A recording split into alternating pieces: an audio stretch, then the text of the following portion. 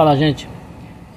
Estamos continuando o nosso trabalho de pesquisa, onde nós vemos aqui na parte do Instituto de Geociências da Universidade Federal, tá?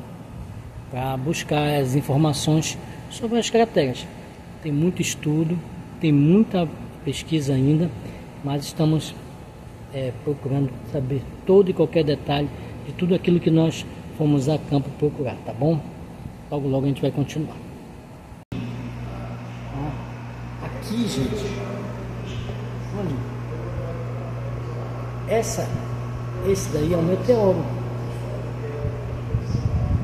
Ele foi encontrado em Ipitinga.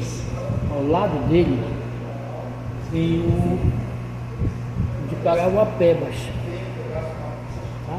Meteoros encontrado na região norte, tá? Aqui algumas pedras. Museu aqui, eu vim a convite do professor Maurício Borges, né, que está ali com algumas estudantes de psicologia. Como eu estou mostrando para vocês aqui, ó, muita coisa diferente. Essas são as pedras encontradas nas localidades de Ipitinga e Parauapebas, no Pará. Fala, gente. É o seguinte, nós estamos aqui na frente da Biblioteca Central, tá? Na Universidade Federal, para conversar com especialistas sobre as crateras de Curuçá, tá? Ele vai explicar um pouquinho mais sobre o assunto e tirar umas dúvidas nossas, tá bom? Vamos lá. O professor Maurício Borges, da Universidade Federal, na parte de Geologia. Posso começar então? Pode. Bom, então, primeiro, uma satisfação falar com você e saber que tem pessoas da imprensa muito interessadas na divulgação científica. Em particular, esses dados de essa relação de fenômenos astronômicos com a Terra, isso é muito interessante. Hoje tem preocupações internacionais sobre isso. Tanto é que a nível mundial foi criado o Dia do Asteroide, a preocupação que existe em alguns grupos de pesquisa com o impacto de meteorito sobre a superfície da Terra, inclusive sobre áreas habitadas, as consequências que elas poderiam ter. Existem grupos especialmente formados para isso. Pois bem, nesse contexto, já no ano passado, tem sido veiculada na imprensa a questão da descoberta de possíveis crateras de impacto na região de Curuçá. Então esse é um dado interessante, que mobilizou inclusive, ao que nós sabemos, a municipalidade local, e inclusive também tem mobilizado o próprio alguns órgãos de governo que estão interessados em desenvolver trabalhos nessa direção. E o fato existem uma série de lagos na região de Curuçá, alguns deles bem circulares, e que essa ocorrência, pelo número deles, a proximidade, tem chamado a atenção. Realmente a questão da circularidade ela é importante, ela precisa ser investigada. E há trabalhos, inclusive com colegas da Universidade Federal do Pará, relacionando essas formas circulares com possíveis asteroides que ali caíram, meteoros, corpos que interagiram com a Terra e vindo do espaço exterior. O que acontece hoje? Isso fomentou então o interesse na municipalidade de Curuçá e alguns desses órgãos e, claro, da universidade, em investigar esses fenômenos. Alguns pontos que tem que ser fixados primeiro, aquelas formas são formas lacustres, são formas de paisagem, né? Então, lagos continentais, eles podem ter várias origens, entre as quais a origem de impacto, mas não são só de impacto.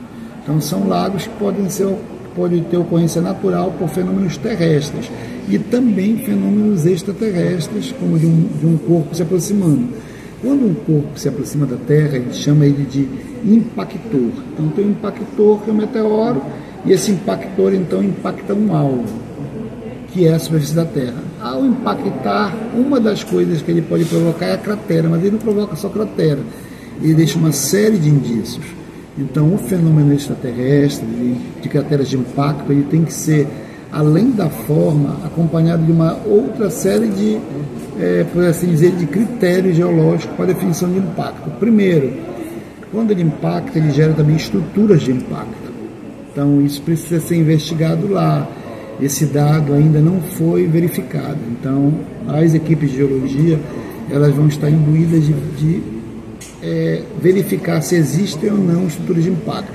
Exemplo da estrutura de impacto: falhas inversas, se elas têm sucedida por falhas de colapso normal, se elas têm geometrias de uma cratera simples ou geometrias com crateras mais complexas, cujos altos são soerguidos, que não é o caso lá, parece que não temos essas crateras grandes com altos soerguidos. Quando o impactor também colide com a Terra, ele gera fragmentos desse impactor. Então, são achados fragmentos de corpos meteoríticos, pedaços de meteoro, pedaços desse meteoroide, desse asteroide que colidiu com a Terra. Até o momento não foram encontrados, mas as equipes de geologia também estão imbuídas de procurar isso. Então, por enquanto, está sendo investigada a existência ou não das estruturas de impacto, a existência ou não de pedaços de meteoro, de rochas extraterrestres. Elas estão sendo investigadas, não foram até o momento encontradas. E o terceiro ponto importante é a assinatura geoquímica. Toda vez que esses meteoros colidem com a Terra, é comum que eles deixem uma assinatura geoquímica.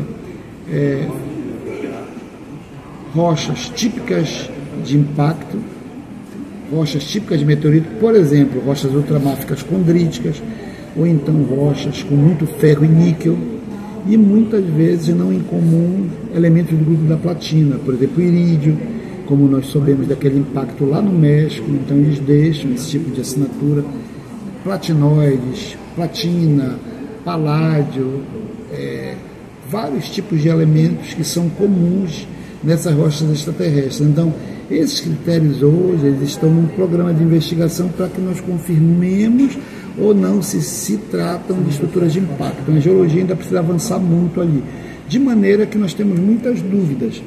Essas crateras, elas são realmente de impacto ou são crateras produzidas por outros tipos de processo geológico? Então, no momento, a geologia ainda não se posicionou sobre isso, e ela precisa angariar mais critérios para que ela tome uma seguinte decisão de que se são ligadas a impacto mesmo, ou são formas lacustres. Se não são crateras, são simplesmente formas lacustres, não tem nada a ver com crateras de impacto ou de outra natureza, e que são ligadas a outros processos geológicos. Por exemplo, colapso do substrato, pode ser, né? Ou evolução da própria forma fluvial, ou eventos hidráulicos lá podem provocar formas circulares, ou até outros que a gente ainda não saiba, da própria evolução supergênica que pode estar provocando isso. Então, de maneira que, resumindo, essas áreas são muito interessantes, as formas paisagísticas existem, mas a geologia ainda não optou pela sua origem, porque nós acreditamos que ainda são necessários mais estudos, e o que parece que está acontecendo. A municipalidade lá, ela já fez contato com algumas entidades governamentais especializadas nisso, a exemplo do Serviço Geológico do Brasil, que pode se manifestar com isso com mais propriedade, e para que se desenvolva mapeamentos lá voltados para esse fim. Mas a origem desses lagos ainda não está definida completamente. Então seria isso que eu teria para relatar nesse momento.